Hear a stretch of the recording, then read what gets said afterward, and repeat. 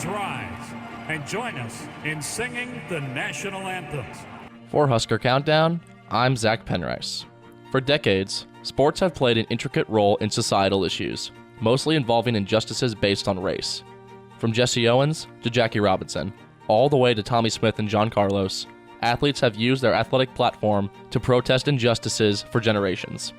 Many different ways to protest injustices have been seen, but now, the American people are seeing a new way to protest, and it's being displayed on the football field. We're talking about Colin Kaepernick. He's the San Francisco 49ers quarterback, and he's been refusing to stand for the national anthem before all 3 preseason games in protest. 49ers quarterback Colin Kaepernick has refused to stand for the U.S. national anthem since the beginning of the preseason in early August. People are dying in vain because this country isn't holding their end of the bargain up as far as giving freedom and justice and liberty to everybody. Kaepernick has said that he is not going to stand up and show pride in a flag for a country that oppresses black people and people of color.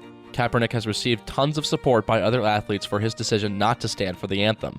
Kaepernick's 49ers teammate Eric Reed has joined him, along with big names such as Arian Foster, Jeremy Lane, and Kenny Stills. But with all the support that Kaepernick and others have received, there has been even more unrest. That flag gives you the right to do whatever you want, and I understand that. Anquan said that, and I agree with that.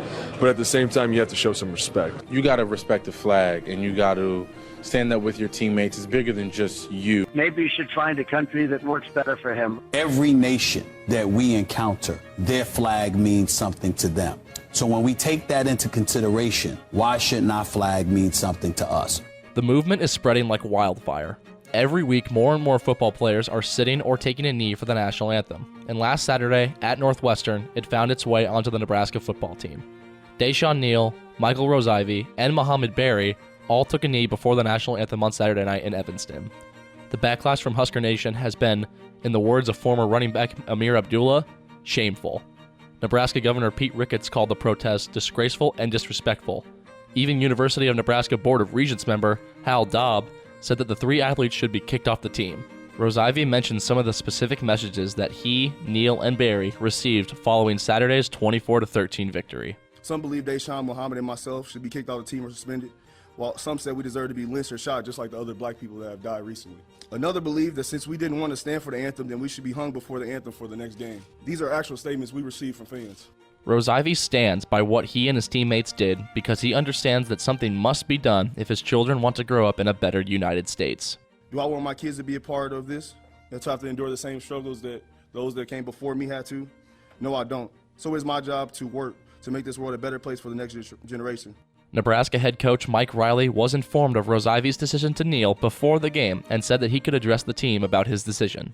Michael Rose-Ivy approached me about it the night before. He asked if he could speak to the team about it, which he did at the walkthrough the day of the game.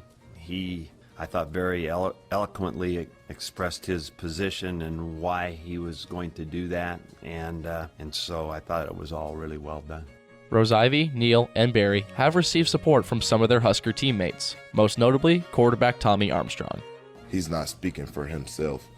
You know, it's a lot of people out in this world that, don't have the opportunity to speak on certain things. Whether you support it or hate it, these student athletes and everyone else who is choosing not to stand for the national anthem has the right to do so. And that is what makes America great. The First Amendment gives all people the right to free speech and to act on what they believe. Despite the arguments against the way of protesting, there is undoubtedly a problem in this country with oppression towards people of minorities. Whether kneeling for the anthem is the right way to protest it or not has remained to be seen. But no matter what happens, athletes will continue to protest in pursuit of a better tomorrow for the United States. For Husker Countdown, I'm Zach Penrice.